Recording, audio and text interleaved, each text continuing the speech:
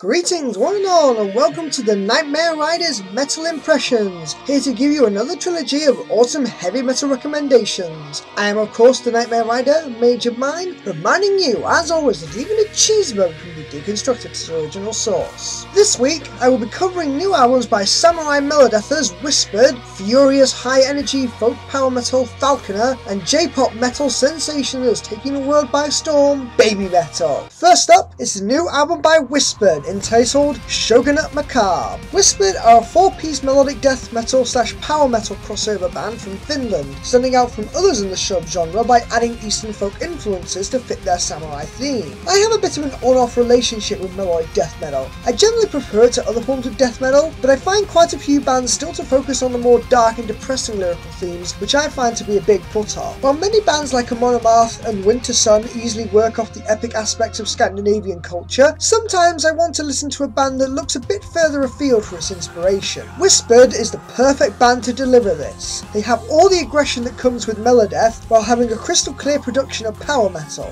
Many melodic death metal bands, such as the aforementioned Winter Sun, use a mixture of clean and harsh vocals to give certain parts of the song greater emotional emphasis. However, Whispered stick exclusively to harsh growls, using intervals and folk instruments to achieve this instead. In many of the songs, the guitars drop out for a few moments in order for the folk instruments to take the lead, setting the stage for the epic samurai battles and Japanese folk tales that the vocalist, Johnny Valyaka, growls about.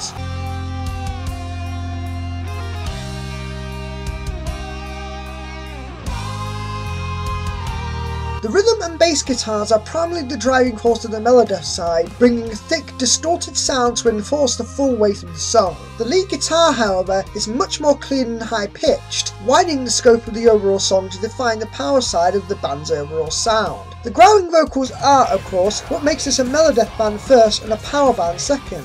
This kind of vocal style is articulate enough to make the lyrics understandable, while still giving the impression that Joni is getting stuck into the epic tales from Japanese mythology. While it's maybe a little too aggressive for the more casual metal fans, if you like bands like Children of Bodom or even the more pop-orientated Amaranth, then you should find something to enjoy here. Next up is something a little lighter, the new album from Falconer, Black Moon Rising. Falconer are a folk / power metal crossover band from Sweden, now on their 8th studio album. Folk metal is quite a varied subgenre in of itself, frequently using traditional folk melodies and instruments from the band's native countries, such as flutes, violins, bagpipes and hurdy-gurdies. Falconer, however, does not use any of these folk instruments, sticking purely to the typical rock band instrument lineup. Where they get the folk part of their music is usually in the vocal and guitar melodies, working off the arrangement of what you'd expect a folk song to be. If Falconer songs are anything, they are incredibly catchy. These lyrics depict the trials and tribulations of medieval times are all sung by Matthias Blad, whose smooth yet forceful voice gives the song a dramatic edge. This is especially true in songs like the Scoundral and the Squire, which start off very soft like a tavern ballad, giving folk melodies centre stage before kicking in with heavy guitar rhythms. Reaper and the hangman,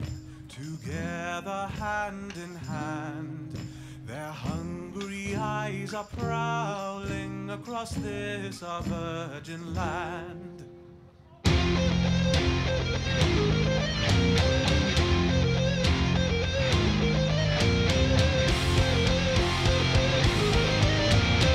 The more I listen to this album, the more I come to realise just how heavy the whole thing actually is. The heavy bass matches the rhythm of the twin guitars perfectly, resulting in songs like Black Moon Rising and Wasteland, almost making me wonder if I'm listening to a thrash metal album.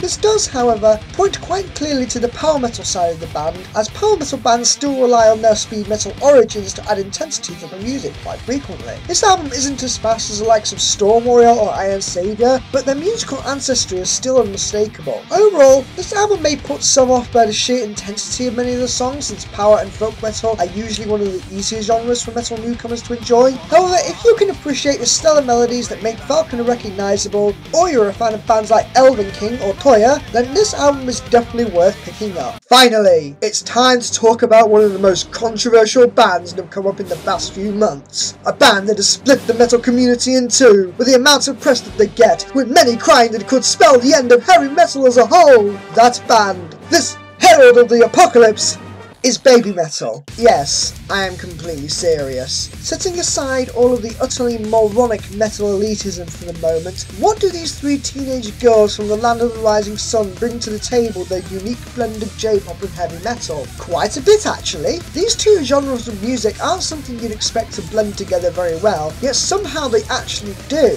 The band that backs these three singers take a very clear influences from both melodic death metal, bringing the riffs that are thick, distorted and low pitched, as well as the fast double bass drums, all of which form the foundational rhythm for the pop melodies to work off. Some of the songs focus more on the pop elements, such as Doki Doki Morning, leading into a lighter electronic elements before growing into metal sounds.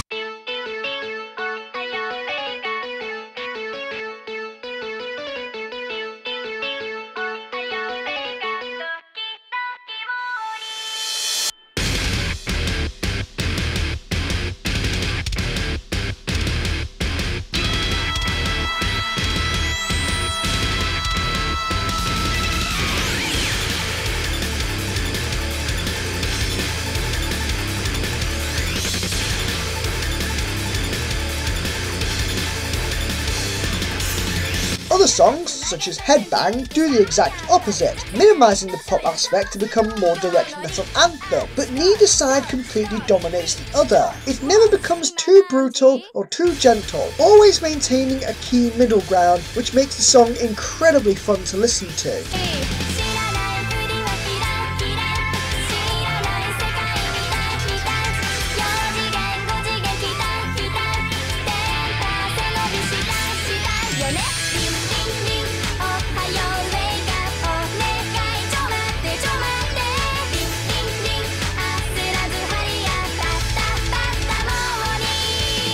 And that is exactly what Babymetal are at heart, fun. The three lead pop singers all have bubbly dance moves that wouldn't be out of place in your typical J-pop group, with all of the songs being so happy that it becomes as feel good as they come. Let's be perfectly honest here. Sometimes, metal as a genre of music is all too often associated with the darker and more graphic side of life. What I personally love about heavy metal is that the genre is exceptionally varied. You can have super cheesy heroic fantasy anthems with Gloryhammer. He is the prince of the land of fire.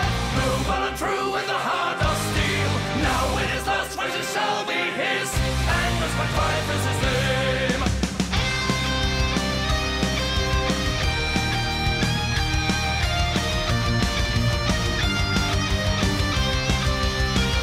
High energy drinking folk songs with Korpiklaani.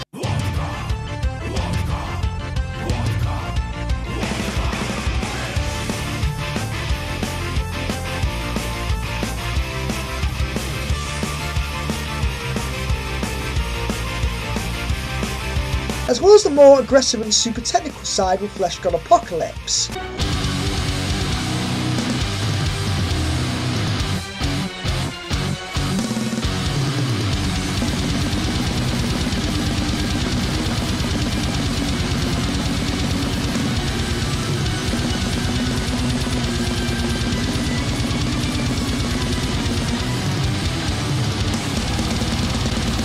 Metal can be all of these things, so which you find most enjoyable is entirely a matter of personal taste. It's perfectly fine not to like Babymetal, but if anything, metal needs more experimentation, not just with musical arrangements, but with other genres as well. Babymetal is a fantastic gateway band, presenting something energetic, cheerful, and fun for people to latch onto, while still giving everyone a taste of the heaviness that metal can offer. If a kid starts listening to Babymetal today, and 6 months later is listening to Iron Maiden, Amon Amarth, or even Carcass, then I can't see that as anything but a good thing. If you like bands like Amaranth, Garnarius, even just J-pop in general, then Babymetal is most definitely for you. Is there a new metal album you want me to talk about? Request it in the comments below and I will fit it into a future video. Until the next time, this is the Nightmare Rider, Major Mind, riding out.